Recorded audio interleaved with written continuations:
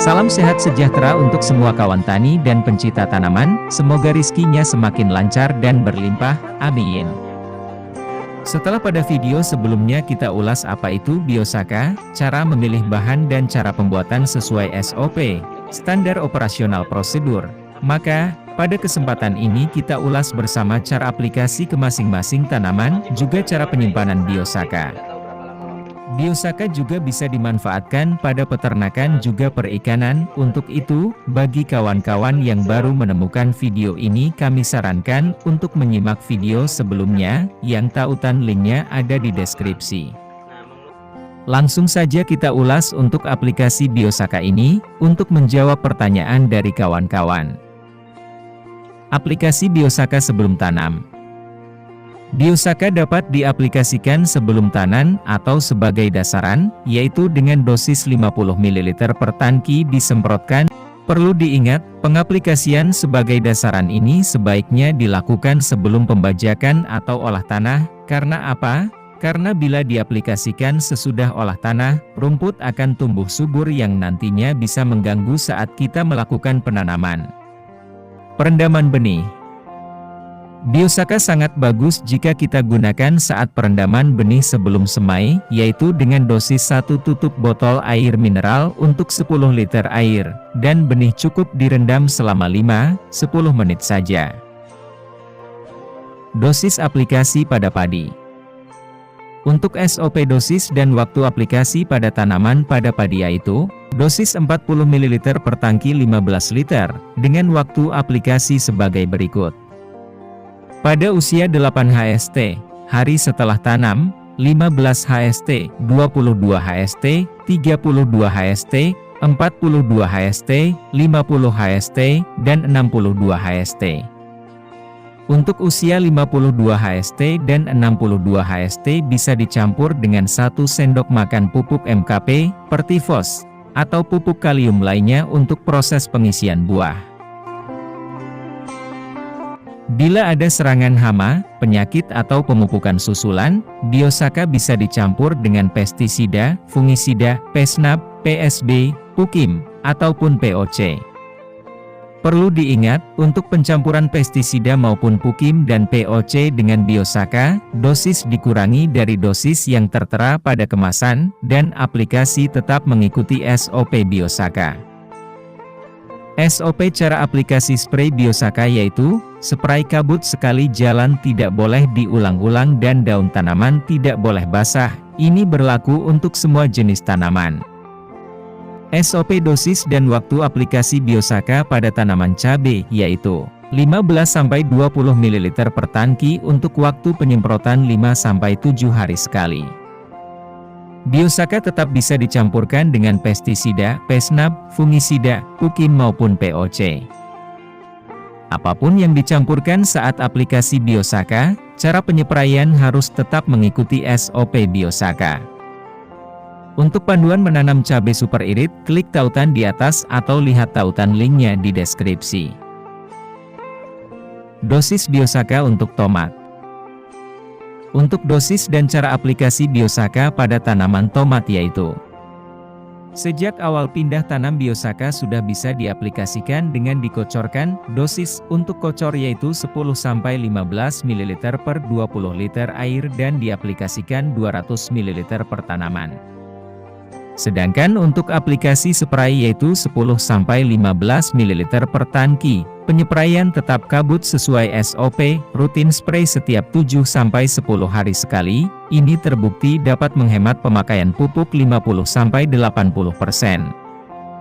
Pemakaian Biosaka ini juga dapat menyehatkan tanaman, dan membuat lebih tahan terhadap penyakit jamur daun dan sebagainya. Untuk panduan menanam tomat super irit silahkan klik tautan di atas, atau lihat linknya di deskripsi. Aplikasi Biosaka pada tanaman bawang merah. Untuk bawang merah dapat diaplikasikan Biosaka sebagai berikut.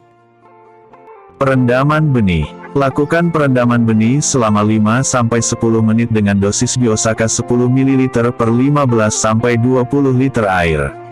Saat usia 5 HST, spray kabut sesuai SOP dengan dosis 10 ml per tangki isi 15 liter. Selanjutnya untuk usia 10 HST dan 15 HST dosis 15 ml per tangki. Selanjutnya di usia bawang 20 HST dan 25 HST dosis 20 ml per tangki. Untuk usia bawang 1 bulan sampai dengan usia 65 HST, gunakan dosis Biosaka 25 ml per tangki diaplikasikan setiap 5 hari sekali. Penyepraian tetap kabut sesuai SOP. Sebagai patokan agar spray Biosaka tidak berlebih, satu tangki isi 15-16 liter untuk luasan lahan 2100 meter persegi atau 150 ru. Biosaka terbukti menyehatkan tanaman dan juga tanaman lebih tahan dari serangan penyakit. Untuk kesaksian-kesaksian dari petani pengguna Biosaka, klik tautan di atas atau lihat linknya di deskripsi. Dosis dan cara aplikasi Biosaka pada tanaman jagung. Pada tanaman jagung, dosis Biosaka yaitu 40 ml per tangki, dengan waktu aplikasi yaitu aplikasi spray kabut sesuai SOP pada usia jagung, 8 HST, 18 HST, 28 HST, 38 HST, 48 HST, 58 HST, dan 68 HST. Aplikasi bisa dicampur pukim 1 sendok makan per tangki khususnya saat pengisian buah. Biosaka terbukti dapat menghemat pukim 50-70% dan meningkatkan hasil panen. Untuk panduan menanam jagung super irit lihat video sebelumnya yang linknya ada di deskripsi. Dosis aplikasi pada tanaman melon dan semangka. Aplikasi Biosaka pada tanaman semangka atau melon yaitu spray kabut sesuai SOP dengan dosis 15-20 ml per tangki. Waktu aplikasi 10-15 hari sekali. Sedangkan untuk tanaman non-hortikultura, seperti sawit dan lainnya yang pohonnya sudah tinggi, Biosaka tetap bisa digunakan yaitu dengan cara dikocorkan. Dan untuk tanaman singkong, aplikasi Biosaka tetap spray kabut sesuai SOP, dengan dosis 15-20 ml per tangki, waktu aplikasi 1 bulan sekali. Karena kita akan mengulas tentang membuat Biosaka yang berhasil dan yang gagal, juga Biosaka untuk ternak juga ikan, maka, untuk menyingkat durasi video untuk dosis Biosaka ke tanaman lainnya, silahkan sedulur tanyakan di kolom komentar. Kita lanjutkan dosis Biosaka untuk ternak dan ikan. Namun sebelumnya kami mohon keikhlasan kawan-kawan untuk mendukung channel ini dengan pencet tombol subscribe di bawah. Terima kasih, semoga menjadi keberkahan.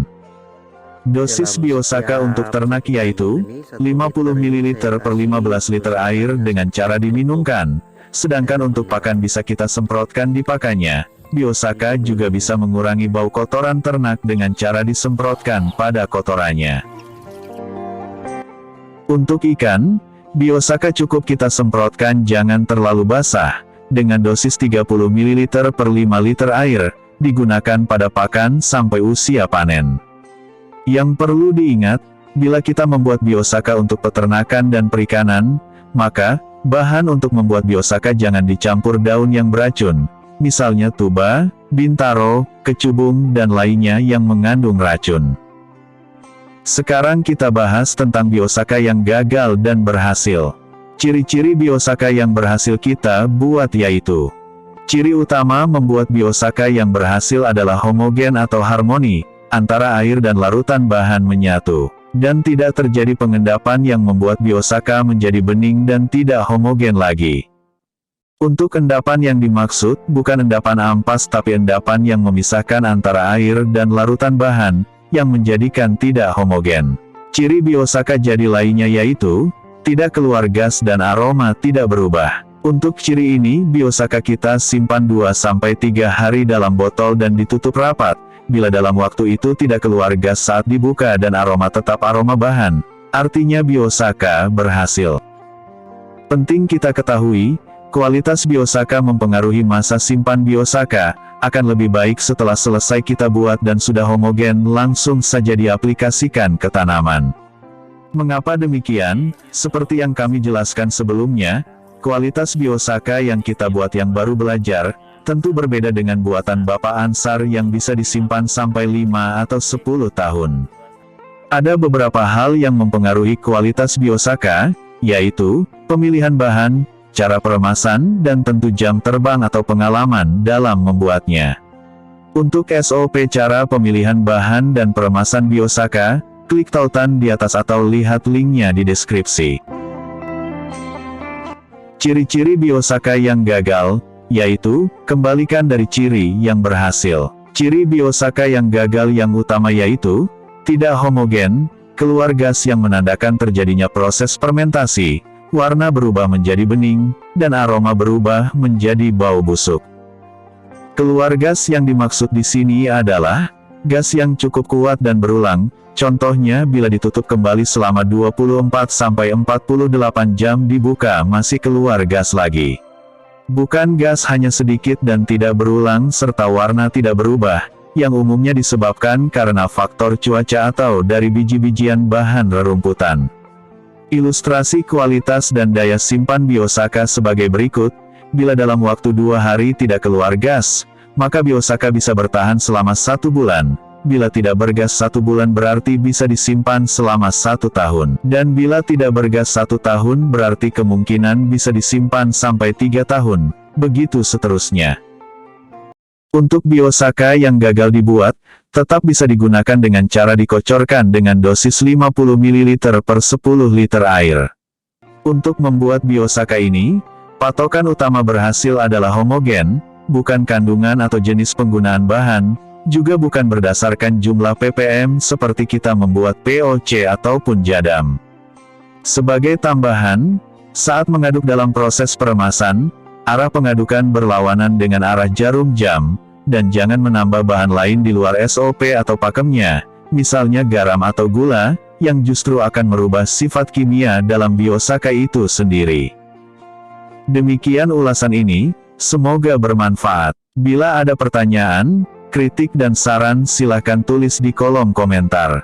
Mohon untuk terus mendukung channel ini dengan like dan subscribe. Bersama kita bangun channel ini agar berkembang, dan menjadi wadah kita saling berbagi, diskusi dan silaturahmi.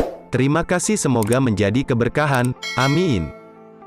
Salam sehat sejahtera untuk kita semua.